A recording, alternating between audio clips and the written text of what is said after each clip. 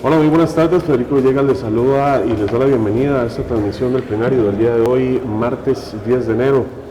En esta oportunidad vamos a hablar con el diputado Otto Guevara Gut del tema de los impuestos. Ayer, en el primer día de sesiones del primer legislativo del año, se aprobó el impuesto a personas jurídicas, un impuesto sobre el cual don Otto no está de acuerdo, al igual que otros impuestos que se tramitan acá en la Asamblea Legislativa. Pero démosle la bienvenida a don Otto y que sea él quien nos explique. Don Otto, muy buenas tardes. Buenas tardes. Bienvenido, feliz año además. Sí, muy feliz año también para usted y su familia. Sí. Muchas gracias. Y bueno, don Otto, ayer se tramitó el impuesto de personas jurídicas. Están ya en hacendarios también el impuesto de valor agregado, el impuesto a la renta y el impuesto de responsabilidad tributaria. Así es que cuéntenos acerca de sus proyectos de ley, lo que pretenden, cuál es su posición suya, de su partido, y cuál es la solución que usted da para que no se tramiten estos impuestos y se resuelva también la carga tributaria, que es lo que alega el gobierno. Bueno, para empezar, efectivamente, nosotros, fieles a la tradición del Partido Movimiento Libertario desde 1998 hasta la fecha, siempre nos hemos opuesto a que se le siga metiendo la mano en el bolsillo a todos los costarricenses. Ahora, con este proyecto que se aprobó ayer en primer debate, el impuesto a las personas jurídicas, se va a afectar a casi 450,000 personas jurídicas, sociedades anónimas, que no tienen actividad mercantil, que no tienen ingresos de ningún tipo, que a lo mejor sean sociedades de papel, o a lo mejor sea una sociedad que tiene un vehículo, tiene una propiedad, pero no tiene ingresos, pues, no vende bienes y servicios. A ese les van a meter un impuesto de 63,000 colones anuales. Si no lo pagan durante 3 periodos consecutivos, empieza el proceso de disolución y liquidación, que es lo que yo he señalado, que es como una especie de sentencia de muerte, en el sentido de que si usted no paga impuestos por 3 años, le matan a la sociedad y le liquidan lo que usted tenga para pagar los adeudos tributarios.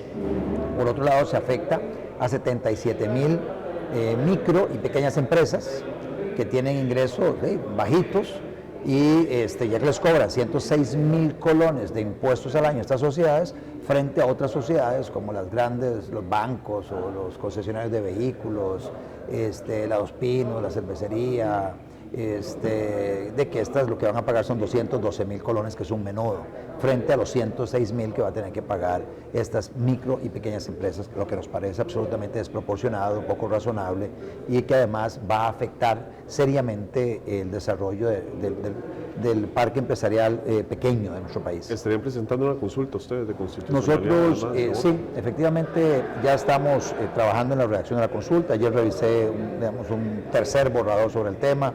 Yo espero que a lo largo de esta semana podamos depurar la consulta, luego pasársela a algunos diputados que lo van a firmar con propósito de si tenemos insumos adicionales. ¿Nos podría adelantar algunos de los argumentos? Sí, los argumentos son básicamente de dos tipos. Por el tema del procedimiento, toda la dinámica de cómo a un proyecto que venía encaminado con el procedimiento ordinario, luego de haber sido dictaminado en comisión, luego de haber sido presentadas mociones a través del primer día de mociones vía artículo 137, que es la primera oportunidad que hay para que los otros diputados puedan hacerle enmiendas a un proyecto de ley, estas se procesaron, se emitió un informe, se mandó al Pleno y se abrió la segunda oportunidad para presentarle mociones por parte de todos los diputados.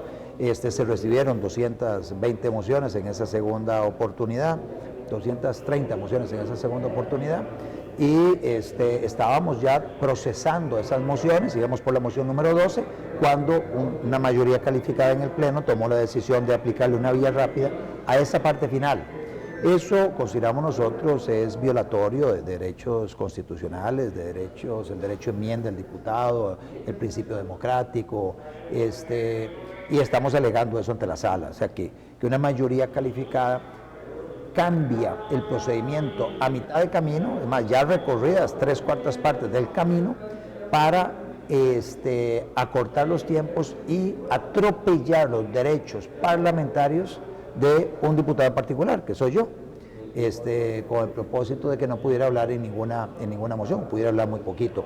150 mociones se rechazaron de paquete, o sea, ni siquiera con votación individualizada en la Comisión de Hacendarios. Eso va a ser en la parte del procedimiento. Y en la parte del fondo, la desproporción y razonabilidad del impuesto, esa comparación que hacía yo entre las grandes empresas y las micro y pequeñas empresas, o lo otro, cobrar impuestos a un indigente, a una sociedad que no tiene ingresos, me parece también desproporcionado, y finalmente la parte de trasladarle responsabilidad a los socios por las deudas de una persona jurídica, y eso violenta el derecho de propiedad y el derecho de separación patrimonial que existe en derecho mercantil. Don Otto, los otros tres proyectos que están en hacendarios, el impuesto de renta, el impuesto de valor agregado y el impuesto de responsabilidad fiscal, ¿cuáles son sus opiniones respecto a estos proyectos? En relación con los primeros dos proyectos, que son los de creación de impuestos, no hay manera que esos proyectos vayan a salir de esta Asamblea Legislativa mientras yo sea diputado y diputado de la Comisión de Asuntos Hacendarios.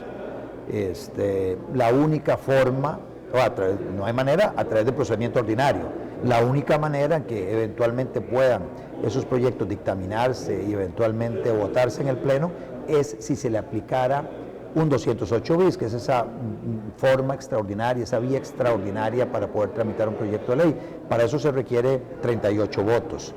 Que los veo muy difíciles de obtener en estos momentos debido a los condicionamientos de algunos partidos a poner sus votos para un proyecto, por ejemplo, el de la transformación del impuesto de ventas a un impuesto de valor agregado, extendiendo su base y aumentando la tarifa. Claro, don Otto, este impuesto de valor agregado es un gravamen a los diferentes procesos productivos, digamos, que lleva un bien. ¿Qué le parece a usted es la transformación esta de ventas al valor agregado? Sí, nosotros estamos de acuerdo con la transformación. Sin embargo, para muchas personas que no están involucradas en procesos industriales, ni en una cadena de comercio, sino que nada más son consumidores de un determinado bien, un determinado servicio, van a tener un encarecimiento de esos servicios. Si usted va al odontólogo, entonces el odontólogo va a tener que cobrarle a usted por un servicio por un impuesto por un servicio que hoy no está sujeto a ese impuesto. O sea, esa calza que le hizo a usted, esa reparación en algún diente, bueno, eso usted va a tener que pagar un 13% o un 15% si se salen con la suya. Entonces va a haber un encarecimiento especialmente para toda la clase media por los servicios que se compran. O sea, el tema del peluquero, ¿sí? Si usted va al peluquero, hoy no le cobran el impuesto de servicio. Bueno, con este proyecto, como está planteado por el Ejecutivo, a la peluquera, usted va a tener que pagarle ese 13%, la peluquera va a tener que retener esos impuestos de todos sus clientes, consolidarlos, ver luego a qué productos ella pagó el impuesto de valor agregado, y entonces con eso tiene un crédito y entonces la diferencia se la manda a Hacienda. Pero el efecto para el consumidor final es un incremento en el costo de vida importantísimo para trasladarle plata a Hacienda, para que la siga despilfarrando de la forma en que lo viene haciendo. ¿Cuál es la solución que ustedes proponen para solventar la crisis fiscal, ¿no? Sí, nosotros consideramos, Federico, que no es del lado de los impuestos, que más bien los impuestos hay que ver de qué manera se racionaliza. Nosotros consideramos que que el impuesto sobre la renta hay que bajarlo a un 15% para personas físicas y jurídicas, de tal manera que hagamos de Costa Rica un lugar muy atractivo para las inversiones, y sancionar muy fuertemente la evasión, de tal manera que con un impuesto así de bajo y con unas sanciones muy altas para la evasión, la gente no tendría ningún incentivo para poder evadir. Por otro lado, activar la economía. Usted tiene que quitar todo tipo de trabas. Lo venimos impulsando desde el 98. Nosotros pusimos un pie en esta Asamblea Legislativa cuando impulsamos el proyecto de ley de protección al administrado frente al exceso de trámites, que se le conoce como el proyecto de simplificación de trámites, que es la ley 8220, esa autoría mía. Ese proyecto, luego la 8990, que es una modificación a esa ley para darle más dientes a la ciudadanía para defenderse de los excesos de trámites, abrir monopolios, explotar el gas natural, bajar algunos costos de formalización para que haya más actividad económica.